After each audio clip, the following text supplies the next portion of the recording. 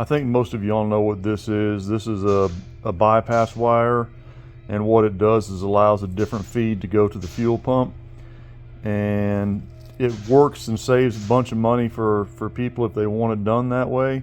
But we ran into a problem with a customer recently that the car sits for 3, 4, 5 days at a time, and of course fuel pressure that's in the system bleeds off, and as a result, when they go to crank it, they had an extended crank, and in fact if they kept cranking it, it would just keep cranking and wouldn't run.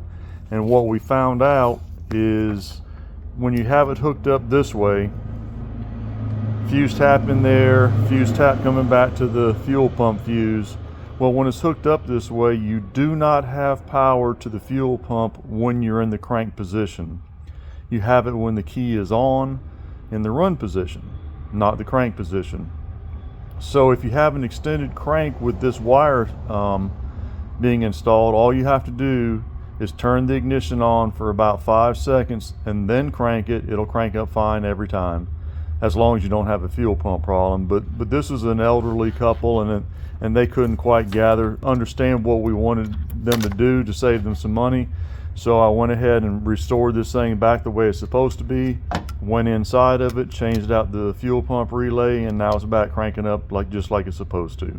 When you had the factory relay in there, this fuse will get hot when you're in the crank position and in the run position. It's hot both ways.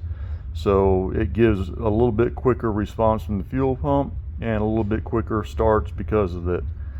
And we were debating around here whether it did or didn't, and finally after I went ahead and fixed it, I was able to test it and find out that this fuse does get hot in the crank position, and of course it's hot in the run position or the fuel pump would stop working.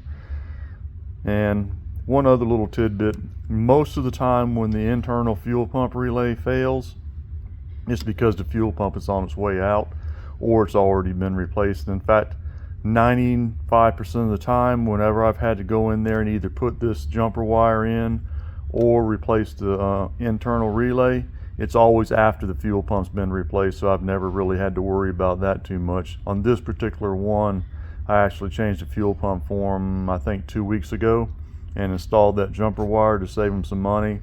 They couldn't handle the situation, so we went ahead and put it back the way it's supposed to. Hope this helps explain a few things. Sparky out.